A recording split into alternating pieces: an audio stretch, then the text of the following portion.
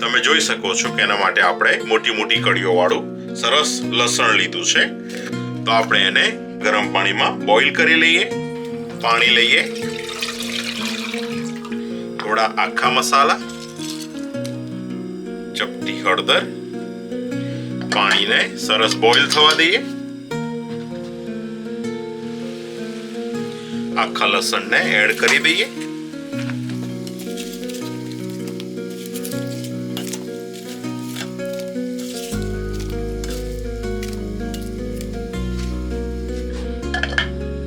પાંચ મિનિટ સુધી એને સરસ બોઇલ કરી દઈએ.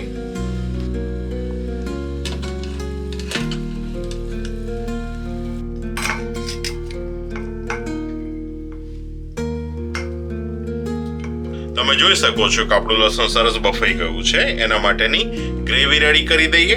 200 ml જેટલું આપણે કુકિંગ ઓઇલ લઈએ. મીડિયમ ગેસ ઉપર ઓઇલ થોડું ગરમ થાય એટલે 1 ચમચી જીરું, 1 ચમચી રાઈ, અડધી ચમચી હિંગ અને થોડા કડીના પત્તા.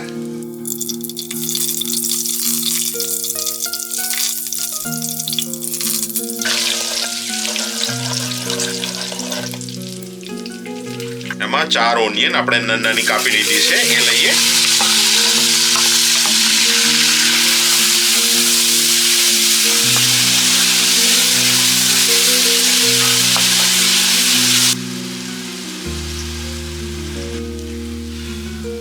એક ચમચી આદુ લસણની પેસ્ટ. 2 મિનિટ સુધી આ લસણની પેસ્ટને આપણે સરસ કૂક થવા દઈએ.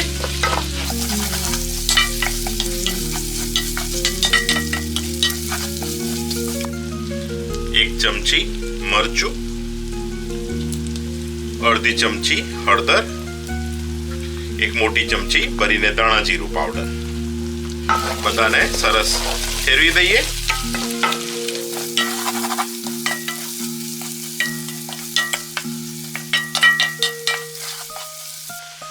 થોડું પાણી એડ કરીએ કે આપણો સૂકો મસાલો નીચે ચોંટે નહીં.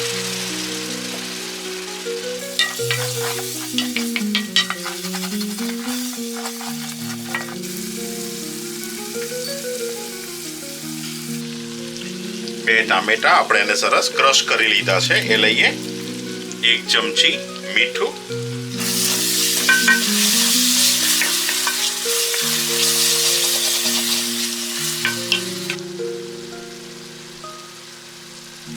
એક કપ ભરીને લીલી ડુંગળી, 4 લીલા મરચા આપણે નાના નાના કાપી લીધા છે એ લઈએ અને ધાણાની થોડી દાંડીઓ, 1 ચમચી કાશ્મીરી લાલ મરચું.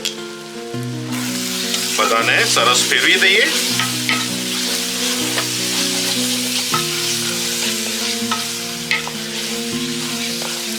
ગેસને ધીમો કરી દઈએ અને એમાં અડધો કપ ફીટેલું દહીં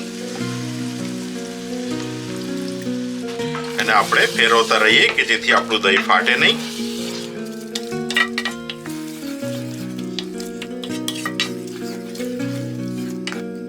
તમે જોઈ શકો છો કે આપણું સબ્જી બહુ જ સરસ દેખાઈ રહ્યું છે.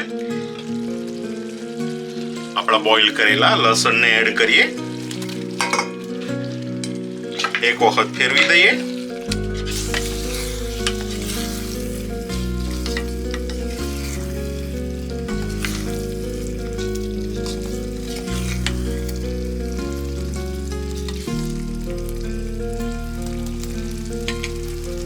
ઢાંકી દઈને ધીમા તાપે 10 મિનિટ સુધી આ લસણને બધા મસાલામાં કૂક થવા દઈએ. 1 ચમચી ગરમ મસાલો. બધાને સરસ ફેરવી દઈએ. બહુ જ સરસ ખુશ્બુ આવી રહી છે. તમે જોઈ શકો છો કે આપણું સબ્જી પણ બહુ સરસ દેખાઈ રહ્યું છે. એમાં 1.5 કપ જેટલું આપણે પાણી લઈએ. આપણે જે પાણીમાં ગાર્લિકને બોઇલ કર્યું હતું એનો જ યુઝ કરીએ છીએ.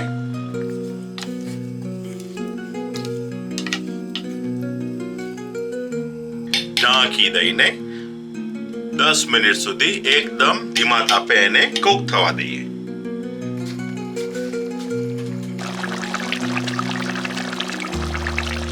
ઓપન કરીએ.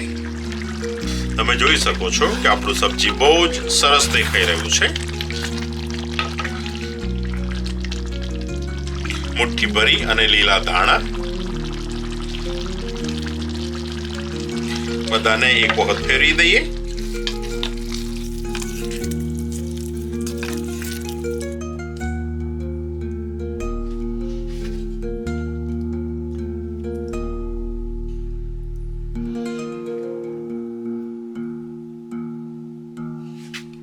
ચોપ કોરિએન્ડર થી આને ગાર્નિશ કરીએ.